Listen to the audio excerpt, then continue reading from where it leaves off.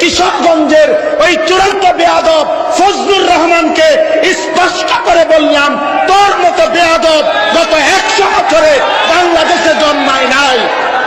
তুই স্বাধীনতার পক্ষের না, তুই স্বাধীনতার শত্রু, তুই এদেশের শত্রু ব্যক্তি।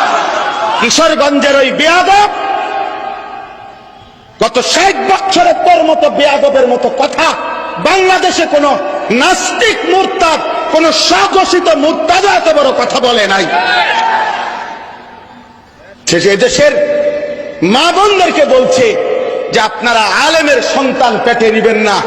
আরে বেটা বেয়াদব, তোর মতো বেয়াদবকে, তোর মা বাপকে যদি কোন আলেমে দিন বিয়ে না করাইতো তো তুই ফজলুর রহমান কোন নেককার চরিত্রবান কোন পবিত্র নারীর ঘরে জন্ম নিতে পারতি না বেটা।